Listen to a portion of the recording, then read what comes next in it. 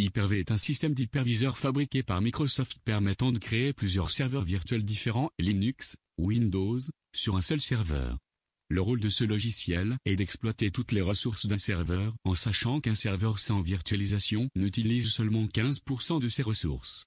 Par exemple, une personne qui consomme l'énergie fournie par son éolienne la distribue également à ses voisins pour exploiter toute l'énergie générée à son installation.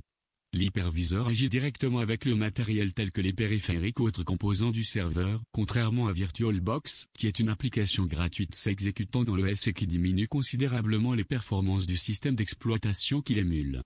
Hyper-V est plutôt conçu pour les entreprises alors que VirtualBox est essentiellement utilisé à titre personnel. Moi, j'utilise VirtualBox pour essayer des systèmes d'exploitation gratuits ainsi que des payants où je prends la clé d'activation d'un de mes ordinateurs pour exploiter complètement leurs fonctionnalités. Le système d'exploitation administrateur, qui jouit de tous les droits, est celui qui contrôle les autres OS virtuels.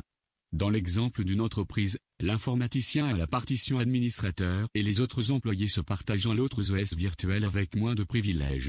Pour une entreprise, équiper ses serveurs physiques de serveurs virtuels sera bénéfique économiquement puisqu'elle aura besoin de moins de serveurs et par conséquent moins de courant pour les alimenter et d'un système de refroidissement moins gourmand en courant. Si un serveur cesse de fonctionner pour une cause diverse, le serveur virtuel pourra transiter sur un autre serveur physique. L'interruption de l'utilisation du serveur virtuel est d'environ 1 minute, qui ne représente rien par rapport à un serveur physique qui n'est pas équipé de serveur virtuel dont on doit réparer pour pouvoir réutiliser les fonctionnalités de ce serveur. Le temps d'arrêt des services serait beaucoup trop long à attendre pour une entreprise.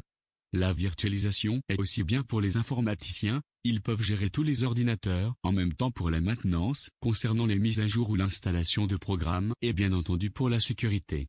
Ce qui évite les tâches répétitives qu'engendre un système sans virtualisation. La virtualisation est une vision d'avenir pour notre société, l'informatique évolue de façon significative, c'est pourquoi nous devons suivre la technologie afin d'être à jour avec notre époque.